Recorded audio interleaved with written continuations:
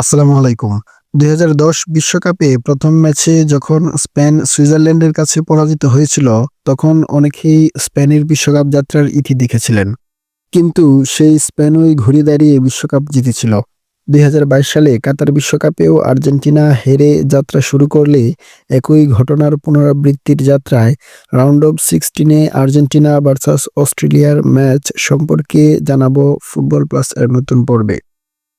সেদিন Leo Messi ক্যারিয়ারের ১০০০তম ম্যাচটি খেলতে নেমেছিলেন। হট ফেভারিট হয়ে বিশ্বকাপে খেলতে আসা মেসির প্রতি দর্শকের বাড়তি নজরও ছিল। প্রত্যাশাকে প্রাপ্তিতে রূপ দিয়েছিলেন লিওনেল মেসিও। থমথমে অবস্থায় চলতে থাকা ম্যাচে শুরুতেই ছোটখাটো আক্রমণ লক্ষ্য করা যায়। অজিদের ডিফেন্স বেশ ভালোভাবেই সামলাচ্ছিল আর্জেন্টাইন ফুটবলারদের। ৩০ মিনিটেরও বেশি সময় ধরে চলা ম্যাচ সমীহ জাগাতে শুরু করে গোলশূন্য ড্রয়ের। কিন্তু না, লিও মেসি তা হতে দেননি।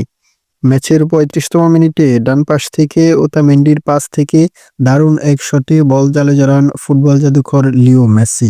গ্যালারি কিংবা পর্দার সামনে উপস্থিত দর্শকের বাঁধ ভাঙা উল্লাস নতুন কিছুর স্বপ্নই দেখাচ্ছিল। এক গোলের লিড নিয়েই বিরতিতে যায় আর্জেন্টিনা।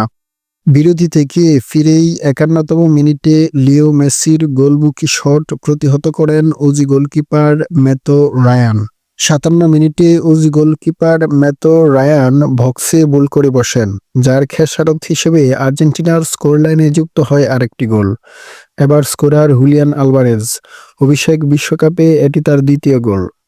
পাল্টা আক্রমণের চেষ্টা চালায় অস্ট্রেলিয়াও, কিন্তু কুতিরোমেরু ওতামেন্ডির সামনে সেভাবে নিজেদের মেলে ধরতে পারেনি তারা।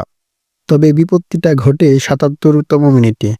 অজি ফুটবলারের গোলমুখী শট এনজো ফার্নান্দেজের মাথায় লেগে দূরের পোস্ট ঘেঁষে বল আর্জেন্টিনার জালে জড়ায়।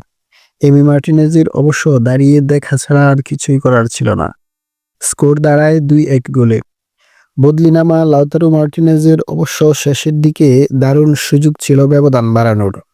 ৯০ মিনিটে পরপর দুটি শট গোলমুখী নিলেও তা ছিল অতি সাধারণ, ফলে স্কোর লাইনে কোনো পরিবর্তন আসেনি।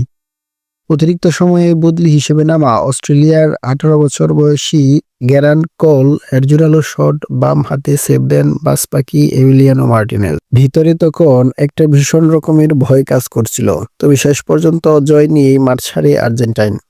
৬১% বল দখল নিয়ে আরবি সিরিস্তেরা খেলেছে ৬৯৫টি পাস, বিগ চান্স ক্রিয়েট করেছিল ৪টি। টোটাল ১৪টি শট নিয়েছিল মেসি বাহিনী, যার ৫টি ছিল অন টার্গেট। কোয়ার্টার ফাইনালে আর্জেন্টিনার প্রতিপক্ষ নেদারল্যান্ডস। ম্যাচটির রিভিউ দেখতে চোখ রাখুন ফুটবল প্লাসে। ফুটবল ভালোবাসুন, উপভোগ করুন সেরা সময়। আল্লাহ হাফেজ।